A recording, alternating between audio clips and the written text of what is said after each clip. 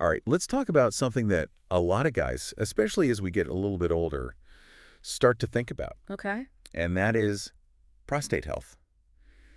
Waking up multiple times during the night, having to go to the bathroom constantly. Oh, yeah. It can be super frustrating.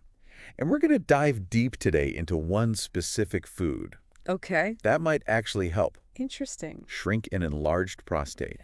Now, when we talk about the prostate, we're talking about this little gland Right. that's wrapped around the urethra, Right below the bladder. right below the bladder. Yeah. And as guys get older, this thing can start to grow. It sure can. It's called benign prostatic hyperplasia.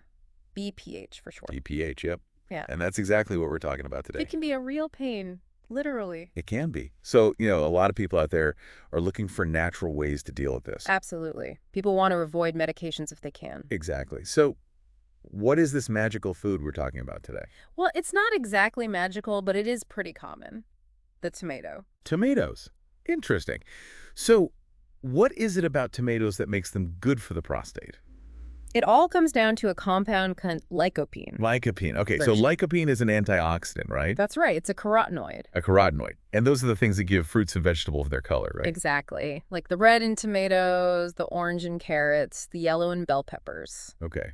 But how does that help our prostate? Well, some research suggests that lycopene might inhibit a certain enzyme. An enzyme. Okay. What does that mean? Well, this particular enzyme plays a role in converting testosterone to DHT. DHT. Dihydrotestosterone. We've heard that before. Yes, and DHT is a much more potent form of testosterone And why is that important? because DHT is thought to stimulate prostate cell growth. So, too much DHT and the prostate could get bigger. That's the idea. So if lycopene can inhibit that enzyme, it might slow down prostate growth. Now, you said some research suggests this. Are we talking about, solid evidence here? It's still early days, but the initial studies are promising. It's not a guaranteed cure, but it's worth looking into. So, if we want to get more lycopene, should we be eating, tons of fresh tomatoes? Fresh tomatoes are great, of course, but here's the interesting thing. Okay. Lycopene is actually more bioavailable when it's cooked. Bioavailable. So our bodies can absorb it better. Exactly. So tomato sauce, tomato paste, even ketchup. All good sources. So a good old plate of spaghetti could be doing wonders for our prostate. Potentially, yes, especially if you cook it with a little olive oil. Olive oil. Why olive oil? Because lycopene is fat soluble. It absorbs better with some fat in the mix. Ah, okay. So a little drizzle of olive oil on that pasta could really make a difference. It could. Now, the information we looked at also mentioned zinc and resveratrol as possibly being good for prostate health. Yes, they were mentioned. But the details were a little thin. So we don't know enough to say for sure. Not really. We'd need to do a whole other deep dive to get into those. Right. Maybe we'll save that for another time. Sounds good. Now, there was one more thing that really jumped out at me. What was that?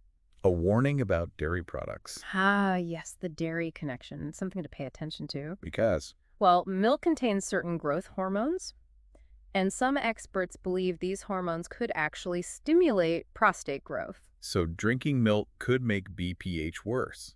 That's the concern, and I've seen it in my own practice. Really? Yeah. Some patients who cut out dairy see their symptoms improve.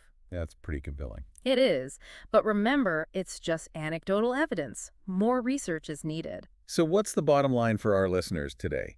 What should they take away from this deep dive? The main takeaway is that tomatoes, especially when cooked with a bit of healthy fat like olive oil, are a potentially valuable food for prostate health. Because of the lycopene. Right. The lycopene might help reduce the risk of prostate enlargement. And it's a simple dietary change anyone can make. And on the flip side, it might be a good idea to think about cutting back on dairy products. That's a good idea, especially if you're already experiencing prostate issues. So pay attention to what you eat. It could make a big difference. Absolutely. Food can be medicine. Food can be medicine. Well said.